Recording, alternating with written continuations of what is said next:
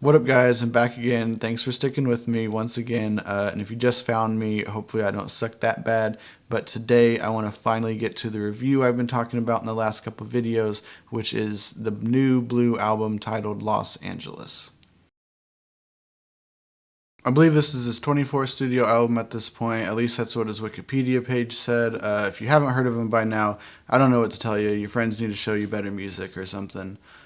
Now, Blue to me is one of the most underrated underground legends there is. He has a classic album, legendary collaborations and cosigns, critical acclaim, along with the extensive discography to back it up. He's even inspired some of the newer generation, like Vince Staples, who, as a West Coast kid, said Below the Heavens changed his life when he heard it on the radio. By the way, go check out the Vince Staples album, Dark Times, one of the best this year, pretty easily at this point as well. And on top of all those accolades in the game, for the hip hop heads out there, he has everything you would want as an MC. He has a distinct voice that carries just so much swag in the delivery. Every bar is witty and sharp, punchlines and wordplay for days, storytelling as well as introspection. And personally, I've always just appreciated Blue's perspective on religion and just life in general as well. And if I'm remembering Below the Heavens correctly, his father was a preacher, so that's where a lot of that comes from in his music. Now, I've mentioned the album several times at this point because I really want you guys to go check that out. It's a certified hip hop classic. That's Below the Heavens. Write that down, pause, download it to your phone, whatever you got to do. Anyways, Blue is a Los Angeles rapper, hailing from the West Coast, obviously. And as you all know, the West Coast has been having a moment with the whole Kendrick Lamar and Drake beef, and, Not Like Us is going crazy. So, a better time than now to tap his fellow California producer and rhyme Evidence for an album all about, you guessed it, Los Angeles. Now, shout out to Evidence. I know his music from the Rhymesayers days. Two albums I love a lot were Cats and Dogs in 2011 and Whether or Not in 2018. Some of you may know him from the duo Step Brothers with fellow producer slash rapper The Alchemist. His production on this album is definitely a feature that is worth mentioning, even if sadly he only lets us get one verse from him on the entire project. But Evidence still comes through with some solid production throughout, providing Blue with just enough background to shine vocally, but at the same time accentuating that West Coast picture that's being painted. And now that all that's over, let's get into the album.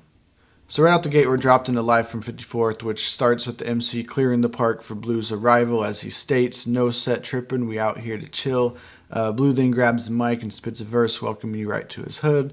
From here, the album progresses into some pretty straightforward tracks, each one with its own California-esque theme. In the track called The Land, he basically gives you the lowdown of the land while keeping Cypress Hill's How to Kill a Man song as an anchor point for his verse. Then we get to the title track, Los Angeles, filled with different adjectives describing the city, and a super fire guest verse from Nana, N-A-N-A, if that's how you say it. I need to look him up. Then we get Three Wheel Motion, which just sounds like, you're cruising down the boulevard. I love that humming noise going throughout in the background.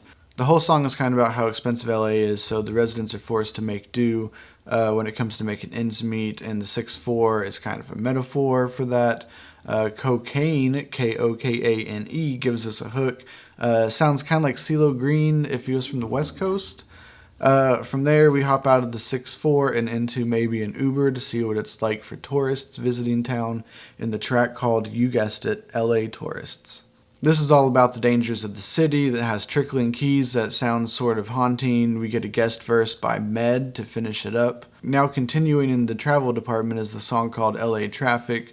Now the beat on this is crazy. There's lots of horns coming kind of sporadically in and out. A really sort of distorted drum beat in the background with clashing cymbals. It really sounds like you're stuck in traffic and hearing the cars in the city go all around you.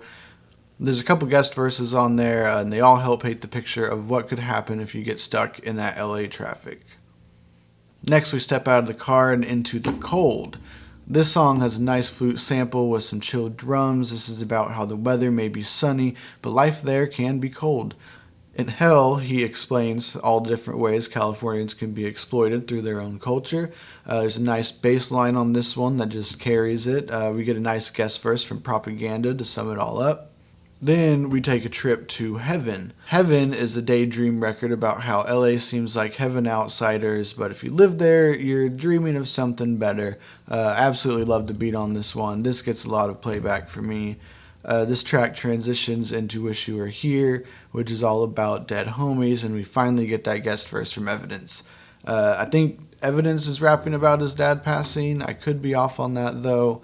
Then we move into Lights at Night, which has some nice piano keys, giving it this flashy nightclub sound where he raps about blessings in life. A couple guest verses from Dome, Genesis, and Navy Blue to finish it off. In Wild Wild West, Evidence crafts a Western theme song where Blue lays down the rules of the land. Then the LA album winds down with the trumpet-laden ode to the city, which Blue states is where angels that fell wish they could fly, and everybody lives a lie.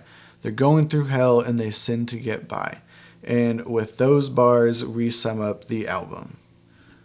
So for me, it was a great project. I love that he still found a way to explore religion through the project, but through the lyrical vehicle that was Los Angeles. I love that him and Evidence really seem to have locked in on this project to create something that really stands up as a solid piece of art just in general.